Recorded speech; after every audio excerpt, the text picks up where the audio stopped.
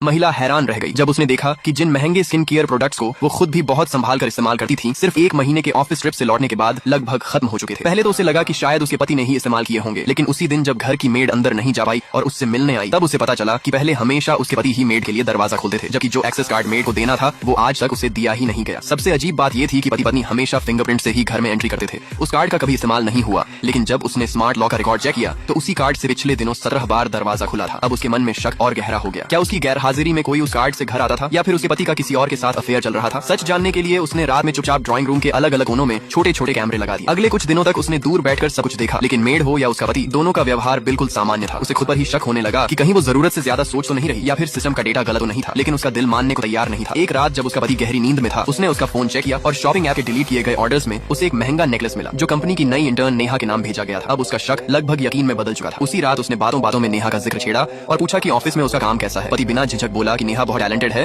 उसने कंपनी के लिए बड़ा डील फाइनल कराया है, इसलिए उसने अपनी जेब से उसे इनाम में नेकलेस दिया। ये सुनकर महिला को कुछ देर के लिए लगा कि शायद उसने बेवजह शक किया, लेकिन तभी उसे 1 हफ्ते के लिए फिर से ऑफिस ट्रिप पर जाना पड़ा। ये सुनते ही उसका पति अचानक बहुत खुश और जरूरत से ज्यादा केयरिंग बन गया। उसने खुद उसका बैग पैक किया, नीचे तक छोड़ने गया और बड़े प्यार से विदा किया। यही बात महिला को और खटक गई। अगले ही दिन कैमरे में जो दिखा उसने उसका दिल तोड़ दिया। वही इंटर्न नेहा आराम से एक्सेस कार्ड से घर में दाखिल हुई और मुस्कुराकर बोली, अरे राहुल, कब से इंतजार कर रही थी, इतनी देर क्यों लगा दी, तुम्हारी बहुत याद आ रही थी। राहुल हंसे हुए बोला, अरे तुम तो तैयार होने में ही टाइम लगा देती हो। नेहा मुस्कुराकर बोली, अच्छा दिखना भी तो जरूरी है, वैसे भी तुम्हारी बीवी अगले हफ्ते से पहले आने वाली नहीं है, हमारे पास पूरा टाइम है। ये सब देखकर महिला पूरी तरह टूट गई। उसने उसी वक्त अपने वकील को फोन किया और फैसला कर लिया कि अब इस झूठे रिश्ते को खत्म करके रहेगी और अपने बेवफा पति को सब कुछ खोकर घर से बाहर निकाल देगी। तभी उसे मोबाइल पर रिमाइंडर आया कि अगले दिन उसके पति का जन्मदिन है। उसके चेहरे पर हल्की सी मुस्कान आई और दिमाग में एक ऐसा बदला तैयार हो गया जिसे उसका पति जिंदगी भर नहीं भूल पाएगा। उसने तुरंत दोनों परिवारों और सभी करीबी दोस्तों को मैसेज भेजकर अगले दिन सुबह घर पर सरप्राइज बर्थडे पार्टी के लिए बुला लिया। उधर अगले दिन सुबह बेखबर राहुल अपनी प्रेमिका के साथ आराम से उठा और उसके लिए प्यार से नाश्ता बनाने जा रहा था। उसे बिल्कुल अंदाजा नहीं था कि बाहर दरवाजे पर उसके रिश्तेदार और दोस्त बड़ी संख्या में जमा हो चुके हैं। तभी अचानक डोरबेल लगातार बजने लगी। राहुल झल्लाकर बोला, कौन है यार, सुबह सुबह इतना परेशान कौन कर रहा है। लाइक सब्सक्राइब कर देना, भगवान आपको बहुत खुशी देगा।